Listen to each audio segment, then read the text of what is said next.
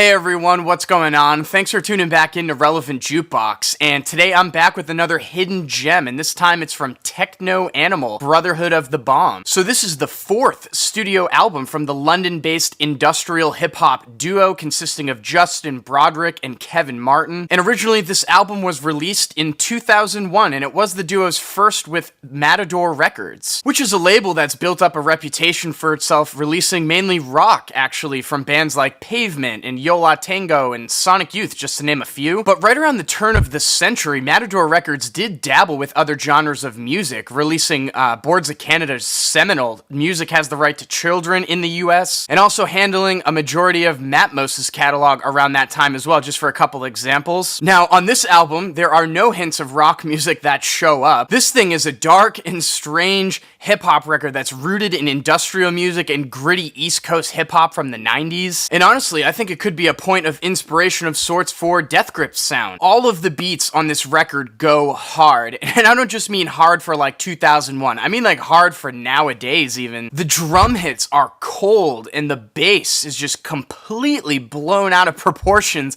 and each track has all of these like strange sounds that are woven into them. The first two tracks that introduce this record are a great taster, with Cruise Mode 101 coming right out of the gate with an absolutely pummeling beat, and what's possibly like the dirtiest sounding synth I think I've ever heard. I mean, or even if it is a synthesizer in there making that noise, I'm not really quite sure, but it does sound like you're getting a bunch of trash blown at you. And the second track, Glass Prism Enclosure, might be like the original Guillotine. It's like a really sour sci-fi kind of inspired sounding beat to it with a lot of space in between, and the groove of the track overall is what reminds me a lot of Guillotine. And I mean, man, going through this track list, there's just one despondent banger after another, like the track DC-10, which is one that I wanted to highlight for you. Really heavy-handed sounding beat on here that feels like you're being dragged through a scrapyard, and when the chorus kicks in, I am guaranteed it will take you by surprise. We also get a couple really interesting features on this record as well. The first being Mr. LP hopping onto the track We Can Build You, and another pretty influential hip-hop group from around that time, Dalek, does show up on the closing track Hell, which is an extreme closer to say the least. So I'm not going to go through this album one track at a time with you guys, but I did want to bring it to your attention if you had never heard it before. And I'll say it again, I mean, if you are a fan of Death Grips or even like Billy Woods, I think you're going to get a lot of enjoyment out of this record front to back. Now, thankfully, Matador Records did put this out on a vinyl pressing originally in 2001. It comes on a double standard black LP.